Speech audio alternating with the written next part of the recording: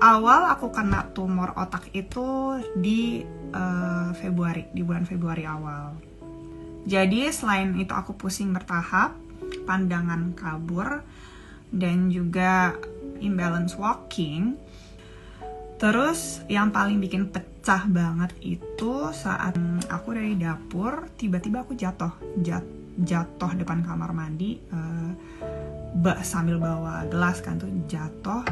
Dan di situ aku kayak mikir, okay, there is something wrong dan aku harus periksa. Dan periksanya pun bertahap banget, nggak bisa sekali diagnose. Cek ke dokter mana? Oke, apa yang aku rasain dulu yang aku ngomong ke dokter. Pertama, karena dokter umum dulu karena pusing, ya kan, dokter umum dulu.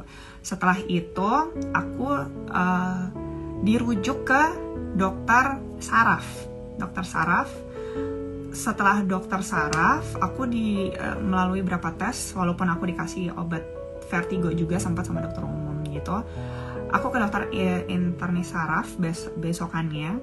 Terus aku dites kayak rolling bola mata atau ngadep kayak ngangkat tangan dan juga ke kiri, ke kanan dan segala macam. Tapi karena aku penasaran adanya kebudekan, akhirnya aku minta dirujuk ke dokter THT. Nah, ini teman-teman harus selalu bisa aware of yourself.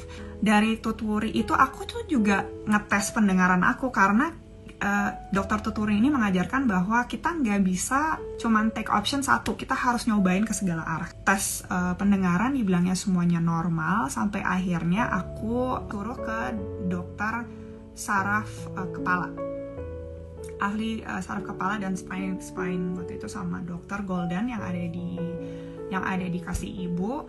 Nah, di situ aku dirujuk untuk MRI. Saat MRI itu baru kelihatan. Jadi waktu MRI aku ada 2 titik di bagian otak kiri kecil. Nah, bagian otak kecil kiri aku tuh kena. Otak kecil itu adalah pituitary. Pituitary itu bagian memori. Nah, I'm so aware dan aku anaknya gampang banget menghafal. Tapi lately kok agak tiba-tiba mau ngambil sesuatu tuh kok lupa gitu. Terus ya again pressure pusingnya. Itu jelas terlihat itu ada tumor. Kalau kalian suka ngeliat aku happy, nggak setiap saat aku bisa happy gitu. Itu momen yang paling berat banget buat aku, ya kan.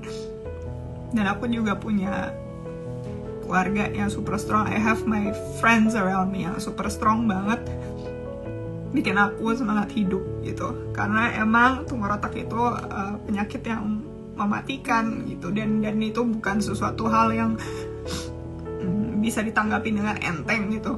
Jadi opsi untuk aku operasi itu adalah opsi yang paling terakhir karena otak. Mungkin kalau di payudara dulu kan aku emang langsung operasi, jujur aja, operasi tumor payudara gitu kan, dan recovery-nya pun juga karena aku masih kecil ya, masih muda dan itu cepat. Tapi kalau otak itu sentral gitu. So akhirnya aku tanya, dok, apa ya alternatif opsinya? Waktu itu dokter juga bingung ya, karena saya jujur bingung, karena